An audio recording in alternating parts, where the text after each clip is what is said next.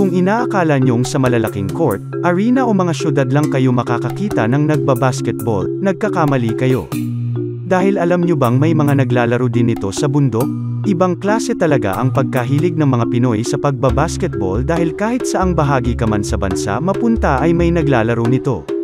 Makikita nga din natin sa mga Pinoy ang pagiging malikhain dahil sa Tadjan, Mountain Province may isang maliit na komunidad na mayroong tradisyonal na pamumuhay ngunit pagbabasketball ang libangan. Ito ay mga Igorot. Sa kanilang pangunahing pamumuhay na pagsasaka, hindi mo talaga maiisip paano nila naisisingit ang pagbabasketball. Naglalaro ang mga Igorot gamit lamang ang kapirasong kahoy na nilagyan ng bilog na bakal para maging kanilang board. Simple lang, pero masaya na sila sa ganito. Tinatawag nila itong bahag-ketball, pinagsamang bahag at basketball. Taon-taon kasi ay nagse-celebrate ang kanilang komunidad ng piyesta kung saan nagkakaroon sila ng liga. Naglalaro sila ng nakapaa habang suot-suot ang kanilang katutubong kasuotan.